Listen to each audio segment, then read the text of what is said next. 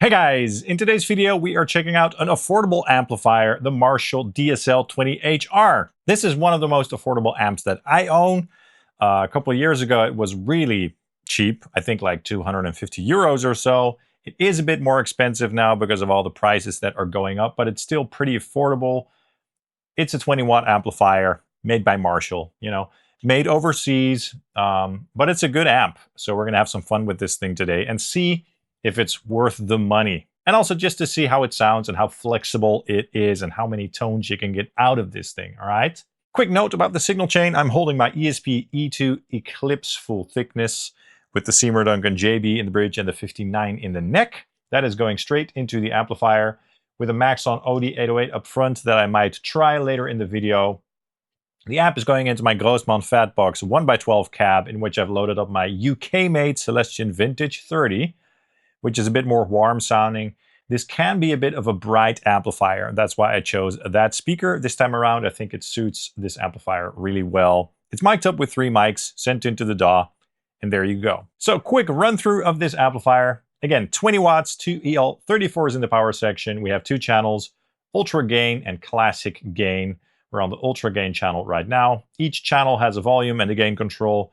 We have a 3-band EQ, also with resonance and presence controls, which is a nice touch.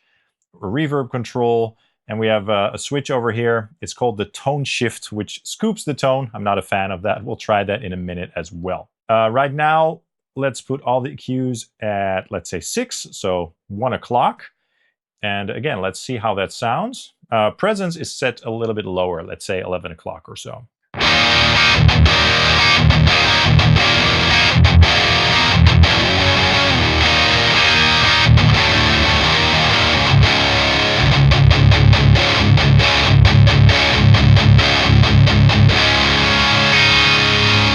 So it's nice and bright, it has nice cut, has a good mid-range, and it's somewhat fat in the bottom end, so a little bit loose, right?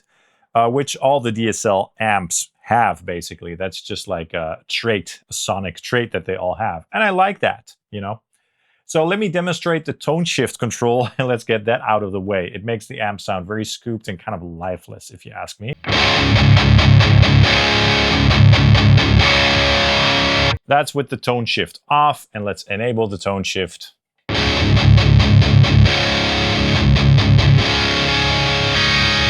There's nothing desirable about that tone, if I'm honest. Maybe if we crank the treble up and the mids, let's see what that does.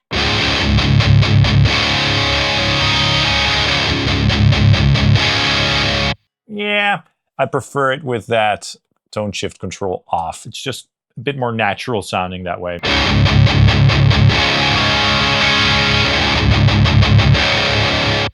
So the resonance and presence controls, I mean, every Marshall has a presence control as far as I know, but the fact that it has a resonance control is nice because then you can dial in the low end thickness, right?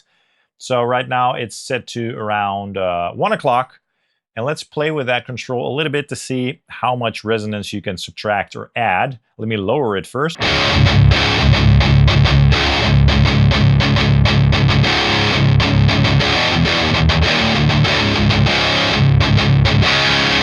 So that's with it off and nice and tight, right? Let's go to 9 o'clock.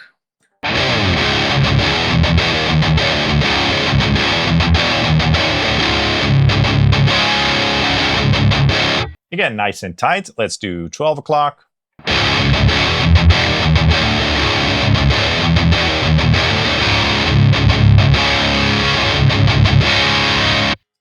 Nice and thick. I love it. Let's go to 3 o'clock.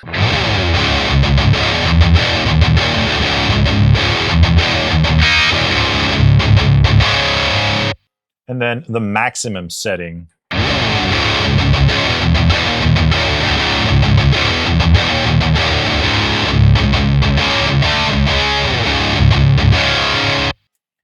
So that's cool for adding bottom end. I like it a lot. Let's put it at noon because that sounds pretty good. Not too thick, not too tight, but it adds a nice oomph in the lows, which is good. Now, without a resonance control, you just don't have control over that low end. So I love that this amplifier has that, despite it being like a smaller 20 watt amp. Let's try the presence control as well. Starting at where it's at now, which is 11 o'clock. That's all the way off.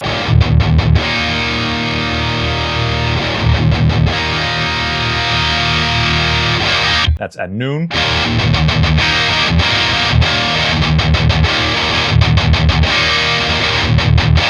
Let's raise it. 3 o'clock. That's really bright. Let's max it out. That's too bright. So let's go back to 11 o'clock-ish.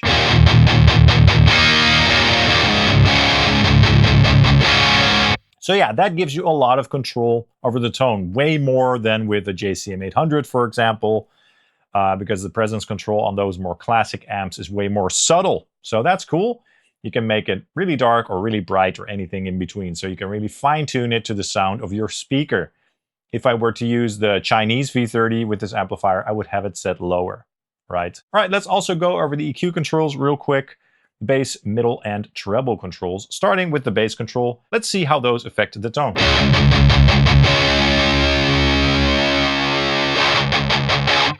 That's with the bass control off. Very powerful indeed. Let's try 9 o'clock.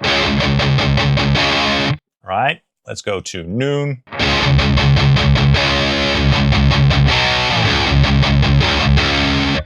Let's go to 3 o'clock.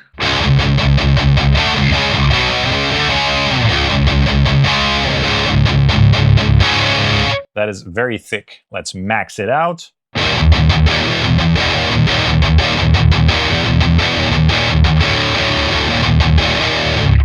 Cool. 1 o'clock. So yeah, that's a powerful control. Once again, way more powerful than your tone controls on a JCM 800, for example, or a Plexi. And I like that because more power over your EQ is better, right? Let's go to the middle control. All the way off. That doesn't sound good at all. Let's go to 9 o'clock. Maybe that's good for like Slayer or something. Doesn't work for me. Noon.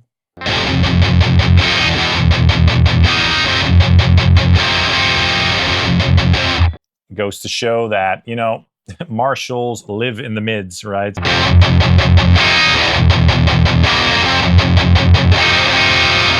That's at 3 o'clock. Very nice and barky. Great for leads, I imagine.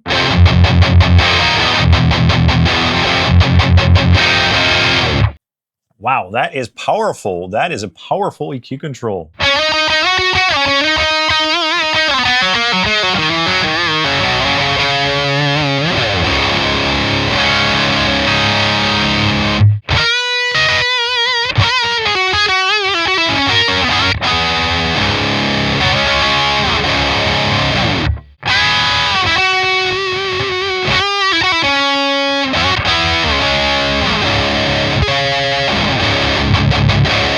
So yeah, that works really well for some lead guitar. Let me put it back at 1 o'clock.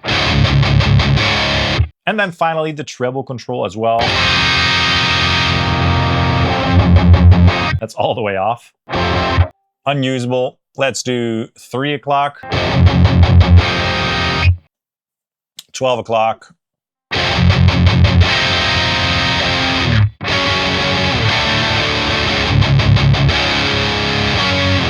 Let's go to 3 o'clock. That's already a bit too strident for my taste. Maxed out. Yeah, so let's just go back to 1 o'clock-ish.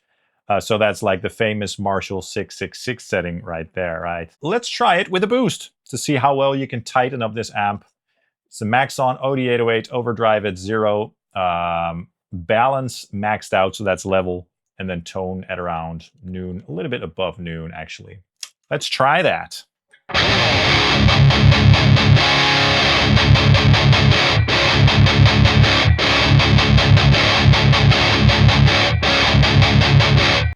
And then off again.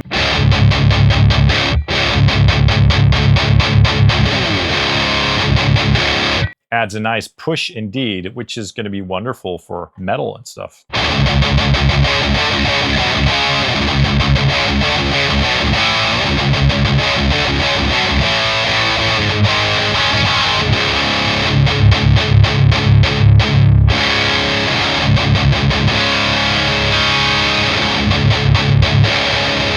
Yeah, that's quite satisfying indeed. Very cool. Let's also try the classic gain channel, which is kind of like a clean channel actually, but you can get a nice sort of crunch out of that as well. This is with gain at 11 o'clock.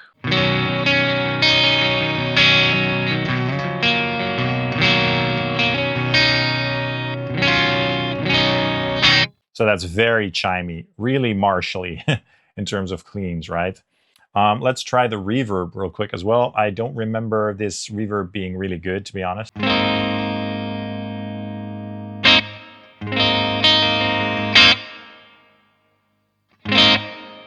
It's not too bad. That's with the reverb maxed out.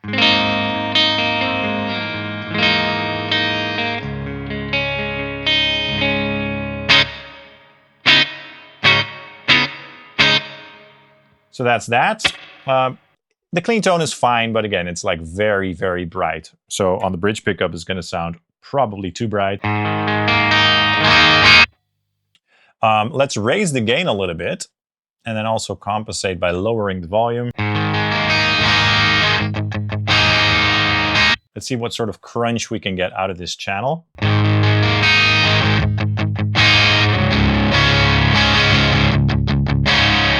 It's not the greatest crunch, right? Maybe if we crank up the mids, see what happens.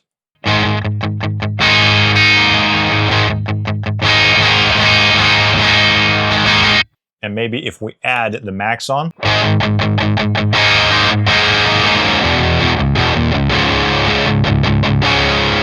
That's cool.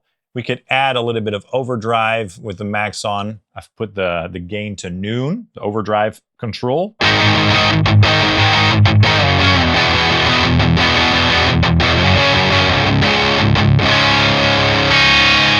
And then with it off.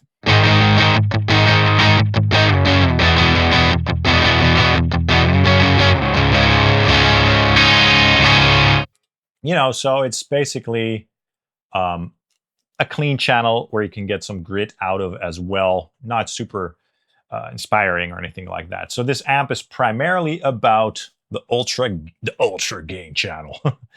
And it's a pretty good one at that, I think. We can try one more thing. Let's try getting a crunch tone out of the ultra gain channel.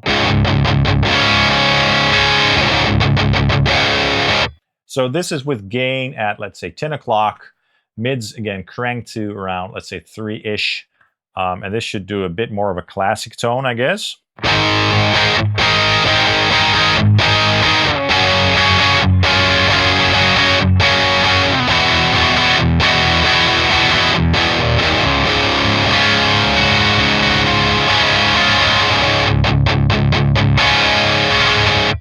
That's a good crunch, I guess. But again, the magic of this amp is at ultra gain. Let's go back to a nice high gain setting.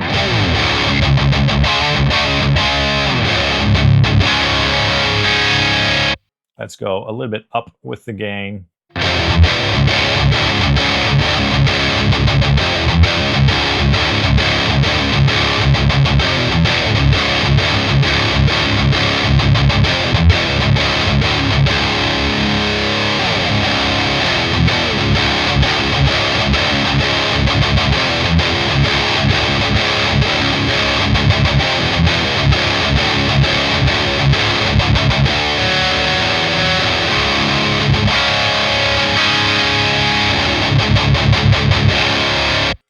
And that is the Marshall DSL20HR.